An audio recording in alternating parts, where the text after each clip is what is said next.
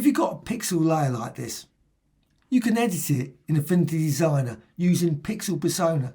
That's in the top left. Now this design was created earlier videos. Please check out those videos for how to create the gradient design, etc. So click here and now you're in Pixel Persona and you've got access to brushes, etc. Also you can go here, Smudge brush tool in the tools panel. Select that and you've got all the different settings. Now I'm going to go with 100%, 100%, Symmetry, 12, mirror and lock. Lock's very useful because you don't want to reposition it. However, this actually stretches beyond this design. So you've got an artboard here.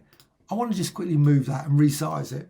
And another thing to avoid when you're using the smudge brush is avoid going over the edge. So put it back into the center of the design and start working. But just avoid going over the artboard because it will cut it off. So smudge brush and now apply. And you can use any of these ones. I'm going to go with inks are very nice. Just select an ink one, select that. And again, always make certain that this is 100%. I find that's just much better, but that's the way it works. It always sets it back to the value that's in here, which is sometimes not what you want. And you can just, now you'll notice as you do this, you'll get white coming through. You've got the artboard at the back, that's in white. That's what you're seeing. You're going through this. And you can see it's applied all the way around. However, of course, this shape is not uniform.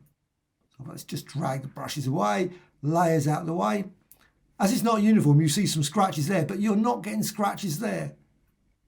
Now, if you go further in, you will get that sort of design, but it's not obviously a symmetrical design in the first place.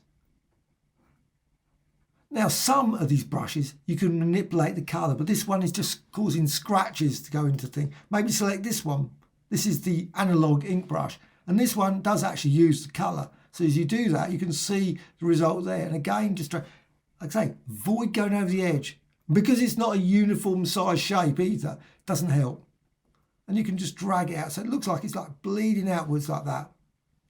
Just drag that away. Always away layers or whatever, something gets in the way.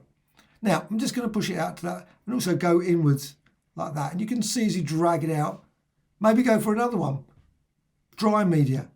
Just drag that out and you can see create literally thousands of different designs. However, it's a layer still. This design can be dragged, resized,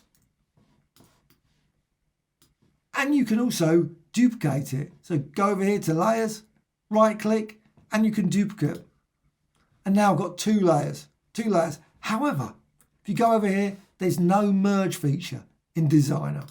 So the way around that, select both those layers, right click and group.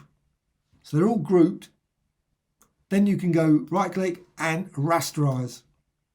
Not ideal, but that's the way, unfortunately, I think that's about the only way you can do it.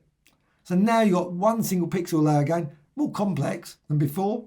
And again, smudge brush tool and continue. Maybe select a different one. And you can see the result of that, just applying different. However, all the brushes should be available. So you've got spray there as well if you want to use spray. And you can see the result there. You can get some really nice sort of splatter designs. Again, going inwards to create some very interesting effects. Brush strokes like that. And well, this one. And so on and so on. Now, some appear to do absolutely nothing. So you might go to one and find that it doesn't do very. However, you can always undo.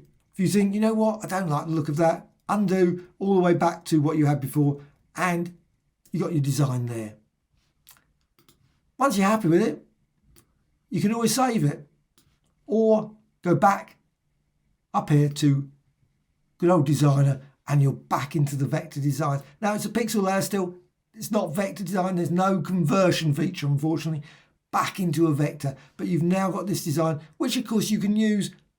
If you've got photo, what you can always do is go to File and Edit in Photo, and of course you'll have all the filters, etc. So that's really useful if you've got photo as well as Designer. Hope you found this tutorial of interest. Thank you much.